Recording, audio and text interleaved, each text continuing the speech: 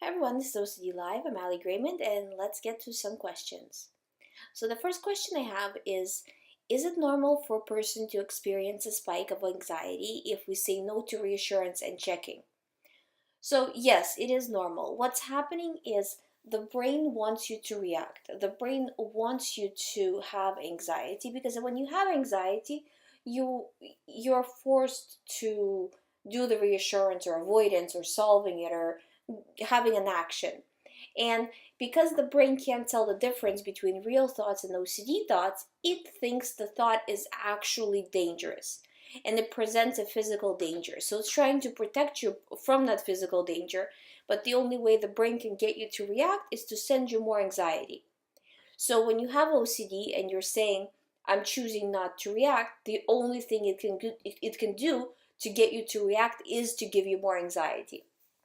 But what's going to happen after that is that if you continue to go strong and you refuse to react, so you're getting more anxiety now. So like you were doing reassurance, right?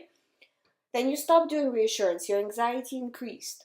You're still continuing to stop reassurance, you're not going back.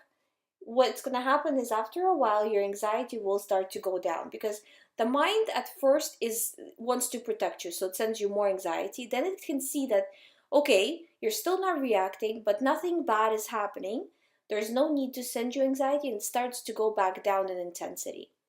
But that first few weeks is very difficult. And when I say first few weeks, that goes for any spike. So whatever spike you're working on, whatever trigger you're working on, and you're working on not paying attention, the anxiety for that is going to go up a lot in the beginning. Just weather the storm, stay on track, don't react, and it's going to start to go back down. But you just have to be very focused and treating OCD recovery as a job, because I find that where a lot of people fail is at first they start to really work on their anxiety when their anxiety is 10 out of 10, because it takes your basically it takes your whole life away, right? OCD, so you do feel like you need to be fixing it, so you start working on it. Then you get to say 5 out of 10, and at 5 out of 10 it's not so bad, it's not bothering you that much, you can pretty much have a, you know, your normal life. You do still have anxiety, but it's not that bad. And people stop working on OCD, and when they stop working on OCD starts to increase, especially when they're, say they stopped working on it and then they went through stress a little bit later down the road, and then it starts to kind of creep back in and increase. So you have to make sure that you finish the course. Anytime you have a thought that has to do with your theme, you are refusing to pay attention to it. And after a while, what's going to happen is that that theme grows weaker and weaker and weaker. The anxiety goes down, and that's going to be fine. But in the beginning, it is normal to have a little bit more anxiety. So I wouldn't take it anything. I would take it as a positive thing, because it means that your brain is resisting. It means that your brain is starting to feel that you are acting differently, and it is being forced to adjust. And so that's a good thing. It's basically step one of recovery. So nothing to worry about, but you have to stay strong because this is a critical time in your I would say that the beginning is the hardest time you will ever have in your recovery. So it's very important that you're focused and that you're going through it in the most productive, the most beneficial way possible, you know? So later on, you won't have to devote your entire day to it, but now you have to make sure that if you are feeling that your OCD is increasing, you are focused on where am I doing reassurance? What am I doing wrong? Okay, I'm gonna stop doing that. So really making sure that you're watching what kind of thoughts you're having, and if you're having thoughts that deal with your theme, then you want to switch your mind to another thought and continue to switch it over and over and over again. Every time it goes back to your theme, you're switching it away from it. So you're not allowing your brain to go into depth about whatever it is that you're worried about. So next question I have is, I don't know if I have OCD, but I have all these symptoms and I feel all alone. And that's the thing is, if you do have symptoms that I'm describing on the show, and if you're listening to this show and it sounds like you, it is OCD. You don't need some doctor to tell you that it's OCD. If it looks like OCD and it smells like OCD, it is OCD, right? So you just have to make sure that you are starting to do the work, you know? And then you can see, you will be able to see that it's starting to go down. And if it's starting to go down, then you're on the right track, you're doing the right things. With OCD, the one thing about it is that you can always tell right away if you're doing the right things for your recovery or the wrong things. If your anxiety is increasing, you are doing the wrong things. If your anxiety is decreasing, you are doing the right things.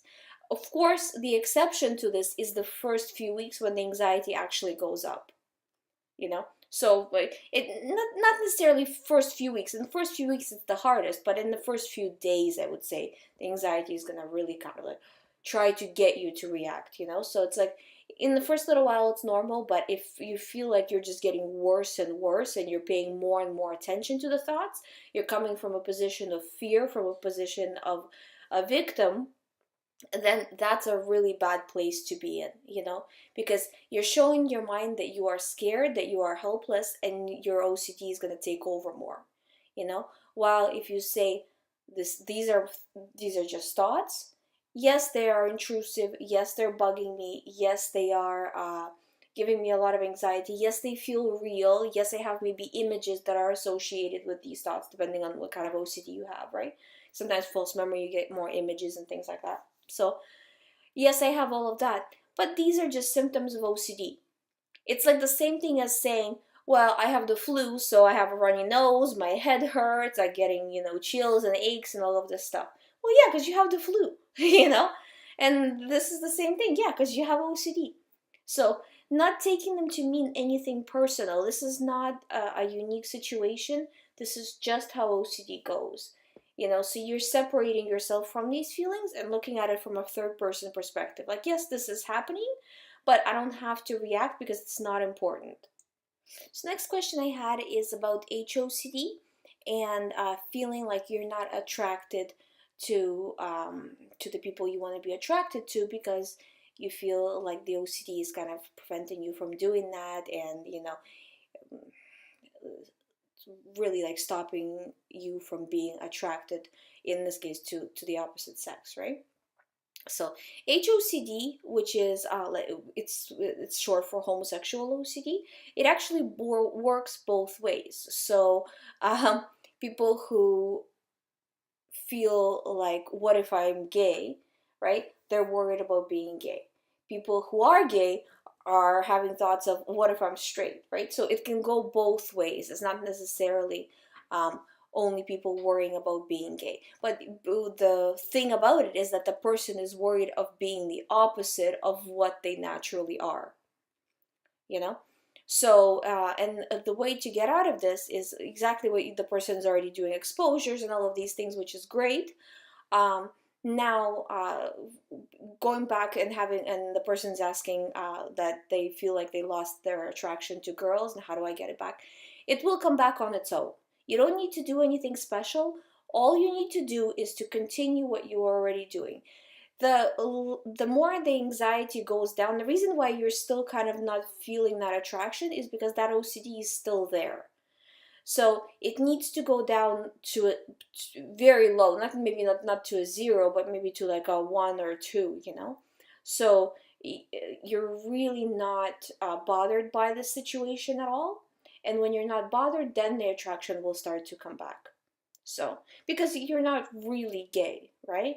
It's all of this is because of OCD. So, and like I said, like I mean, HOCD is really, really common, and this is how it goes for pretty much everybody. And say if you were gay and you were worried about, what if I'm straight, I'm not attracted to the same sex and all this. This can be the same exact thing in the reverse situation. And again, the advice would be the same thing. Just continue to do exposures. Don't. And when I say exposures, I mean things that people do normally. Nothing excessive, just but things that people do, like watch TV or um, talk to like to other people. 'Cause sometimes people get to a point where they don't even want to, associate with people of the whatever sex that they're afraid of associating with, right? So, it becomes a whole kind of extensive thing. So doing the exposures, being just like everybody else, and you will see that the attraction will naturally come back. But always come from a position of power and don't come from a position of fear. So don't say that, oh my God, this is so scary. It is so bad. I'm not attracted to girls. This is the worst thing that could happen. Because the more you're sending that signal of fear to your mind, the worse you will feel. So you want to make sure that you're not sending that signal of fear. So next question I have is, could you please talk a little about the feelings changes that people with OCD have? For example, I can clearly tell that in the last days I became more angry towards others in my family who try to have a conversation with me because it somehow bothers me. So I would say that I see that most commonly when people are trying to solve OCD situations, trying to figure it out, very much in their head, very bothered. The anxiety is very high.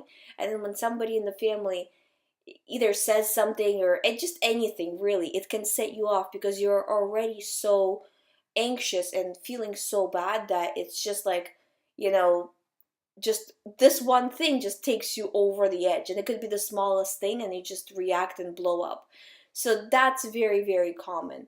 And also when somebody in the family or friends or whatever says the wrong thing, they can trigger OCD. Also, that creates a lot of anger and stuff like that. So you just have to make sure that you kind of keep your feelings in check as much as you possibly can. It's a good distraction to have other people around you. It really is a good thing because it shows you that, okay, don't think about OCD, think about the real stuff. Think about what they're talking about. Try to be engaged in it rather than looking at it as a distraction that's like an unwelcome distraction. So those are kind of some of the basic advice I could give you, but it's just trying not to react, trying to engage in real life rather than OCD life as much as you possibly can, day after day. And that's how recovery happens. So next question I have, is it possible for somebody's intrusive thoughts or obsessions to be triggered by somebody else? Like basically getting anxious and down before being around the person for no reason. Yeah, of course it is possible. It just depends on what your OCD theme is. So if that person triggers your OCD theme, of course, it can easily happen. So it is very common as well. So, but what you have to do is not ask for reassurance, not avoid the person. So you're not doing anything you wouldn't do if you didn't have OCD. You're behaving exactly the same way you would as you would when if you didn't have this, And then as you do this, the brain will start to normalize. It will be easier to be around that person and things like that. So next question I have, can you please address how to deal with false memories that seem so realistic that you don't know if it happened or not? Like, what do you do if your brain keeps on pulling out evidence? Should you disregard?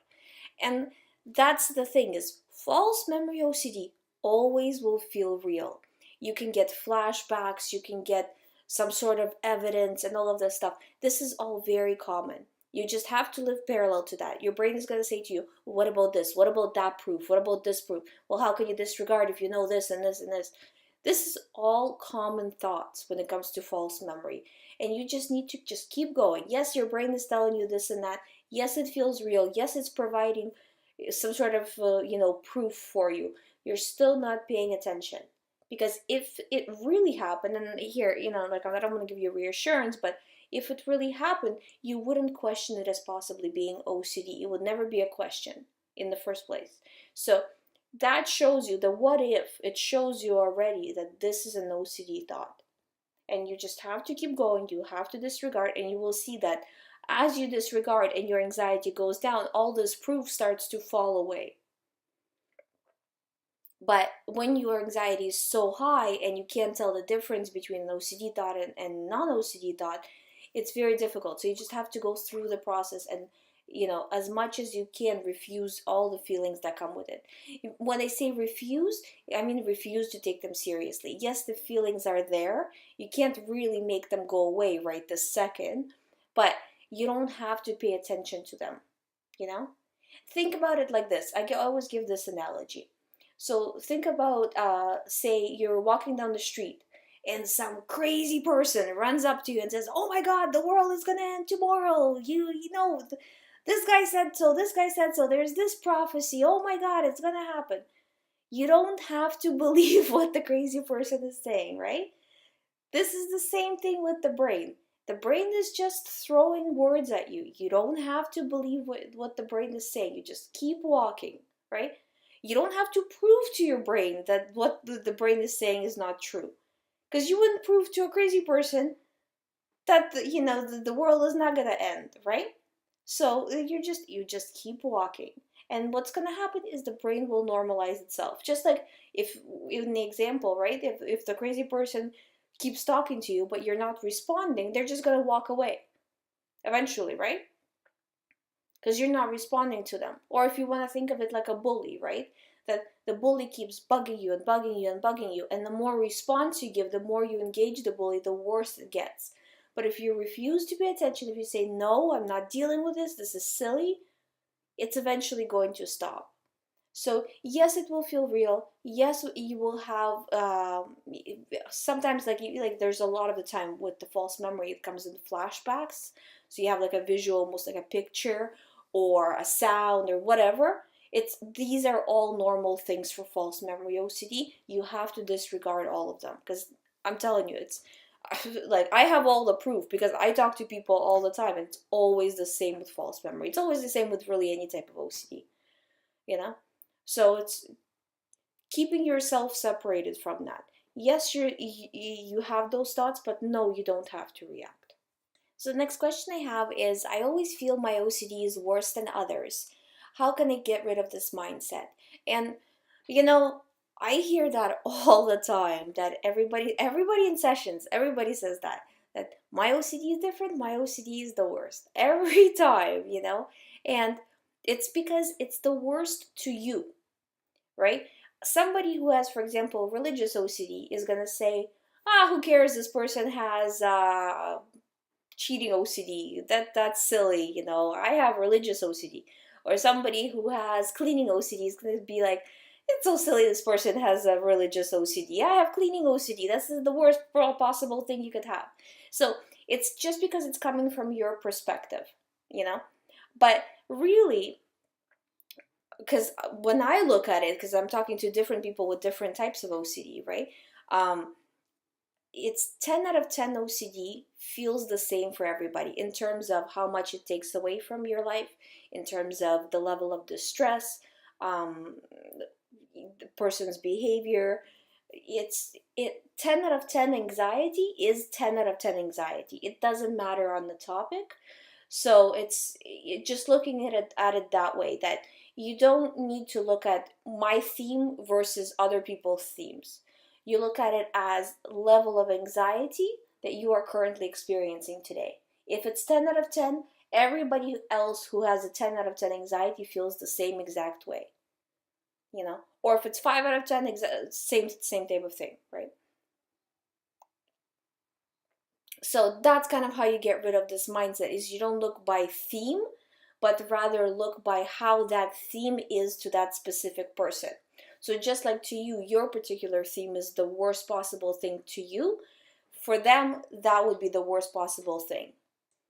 So next question I have is, can you talk a little about how to handle a hit and run OCD? I have avoided researching the news and internet for reports, and I have not had to drive back in the last 2 weeks, but I still have a hard time not looking back. So you're doing really good in terms of not doing reassurance, in terms of physical reassurance. But in terms of, there's two types of reassurance. There's the physical one, which is looking it up online, looking it up on TV, going back, checking the car, things like that. That's physical, right? Then there's always also the mental reassurance that this situation didn't happen, okay? It doesn't exist in terms of reality, right? But your mind is asking you really to go back to it and to check and to try to figure out. The more you do this, and you're doing it with a signal of fear, you're saying, oh my God, I'm so scared, let me figure it out, let me go back mentally to the situation and try to remember what happened. When you're doing that, you're sending a strong signal that you're afraid. And just like I was talking about in the very first question, that your mind says, you are afraid of this. That means this is important to you. that means I need to send you more of these thoughts. So it's taking the fact that you are afraid to mean that it needs to send you more thoughts. But if you say, I'm not afraid, hit and run OCD is an extremely common OCD, and again, just like I answered in the previous question, 10 out of 10 OCD, say if it's hit and run, will feel the same for everybody. Everybody would want to look at the details, go look at the, all of these things to try to figure out if it happened or not. I'm not going to play this game anymore. That's how you win in OCD recovery, is not by solving it, not by getting enough reassurance to move on, but by refusing to play the game. And as soon as you drop that, right? As soon as you drop that participation, you will start to feel better. Your anxiety will go up a little bit at first because you are refusing to react, but it will start to go back down, and you will start to see logically that it didn't happen. But at 10 out of 10 anxiety, you can't really see it logically. You see it through emotions, so you're not able to rationally understand that, okay, it didn't happen. But I promise you, as you go through recovery, you still see, this is the thing, and this is not just for hit and run OCD, but for any OCD, that in the end, you will still get that reassurance because you will know that it didn't happen. But you will not know this right now. So first you have to do the work, and then you will know that it didn't happen. So it will happen for you, but it just won't happen in a reassurance type of way when you're trying to do it on purpose, because then you're sending a signal of fear. When you just naturally just choose to let go of the thought, the anxiety goes down, the feelings go down, and you logically see it how everybody else sees it, that this is silly and you shouldn't be worrying about this. But when you are 10 out of 10, you can't see any logic. It's just the logic is completely clouded by the feelings. So you try to do the best you can, and I like that you're not doing the physical compulsions, but work more on the mental part, not doing the mental compulsions, because I think that this is where you're having problems, and that's why you're not letting go of the situation. So from now on, anytime you get this thought, this is off limits. This whole situation is off limits. This is OCD. I'm not paying attention. It has to do with this hit and run situation. I'm done with it. I'm not dealing with this. This kind of should be your motto, and then refocus on real life stuff and just keep doing that. Keep yourself busy and you will start to feel better. So next question I have is, could you talk a little about schizophrenia fear and its compulsions? Example is, I listen to if I hear any voice. So yeah, that's a very common compulsion, is trying to hear, am I hearing something? Was that a voice? Is the voice telling me something? These are all very common things, and really it's right now anything to do with this topic of schizophrenia is your theme. So no matter what compulsion you are doing, if you're doing it to try to figure out if you have schizophrenia, then this is OCD and you need to disregard. And whatever compulsions, like other than the one you mentioned, right? Any compulsion you're doing, you're making your OCD worse. So basically anything to do with schizophrenia has nothing to do with you. It doesn't affect you in any way, except for this OCD thing, right? That the OCD kind of got stuck on this theme. So you don't need to think about schizophrenia on any level at all. Anytime you have this topic, it's off limits. No, I'm not thinking about this. I'm moving on. And this goes for any type of OCD. So if you have harm OCD, if you have some people ask me about POCD, HOCD, it doesn't matter what kind of OCD you have. This topic is irrelevant. It's off limits. I'm not thinking about this. If the topic comes into your mind, refuse to pay attention to it. Comes into your mind again, you refuse to pay attention to it again. And you just keep going and going and going. And soon it will stop coming into your mind. And doing it from a position of power, not saying like, oh my God, I'm so scared, I'm not going to pay attention to it. But instead saying, no, I'm in control, I don't care, this is OCD, I'm refusing to believe it. And then what your brain is going to throw at you is, well, what if it's true? Well, and then that's when you say, if it's true, when it's actually proven to be true, for real proven, not like OCD proven, but for real proven, that's when I'll deal with it.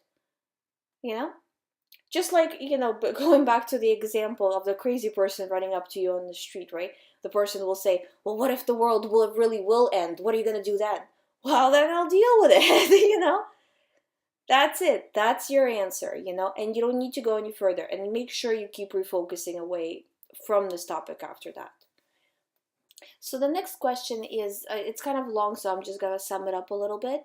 But basically, the person says that they don't know how to not, because I was talking in my last video about not taking on extra stress, but the person is not sure how to do that because they feel very stressed when they don't do compulsions, and yet they feel like they're forced to do compulsions because if they don't do them, they feel like they're slacking off and they're not doing the right thing and all of that.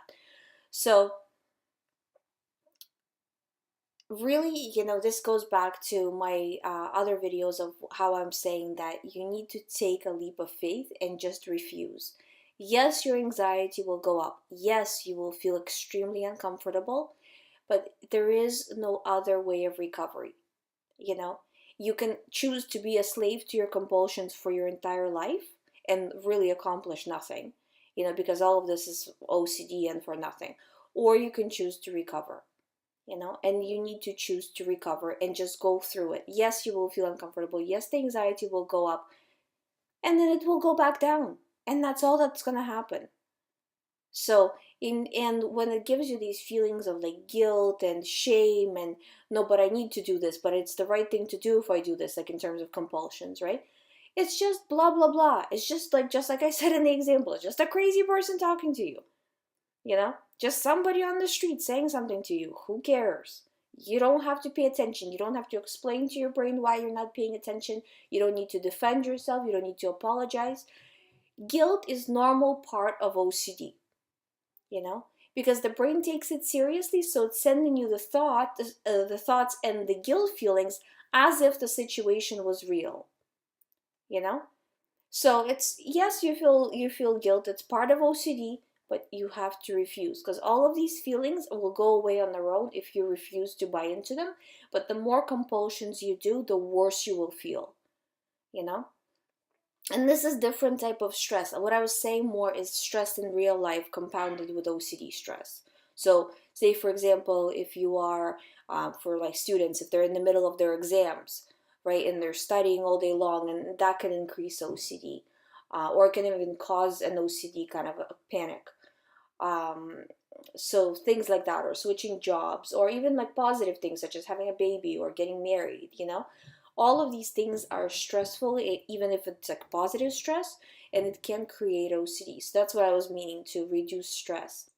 In terms of compulsions, you will feel the stress, and there's no way to get around that because the anxiety will go up. So you just have to expect the stress to happen, but don't react to it. Yes, it is happening. This is why it's happening. It's a normal thing to happen when you're refusing, especially in the beginning, like I was saying. So it's fine, but you have to disregard. So we've come to the end of the show. If you have any more questions, please visit youhaveocd.com. There's a lot of information on the website. There's articles, there's books, there's one on the recovery program with me, where you talk privately with me and recover this way. But there's a lot of information for you to be able to recover. So please check that out. If you haven't subscribed to this channel, please subscribe. If you have any questions, please leave them below this video or any other video. I will get them and I will reply on the next show. Thank you so much for listening, and I will see you in the next video.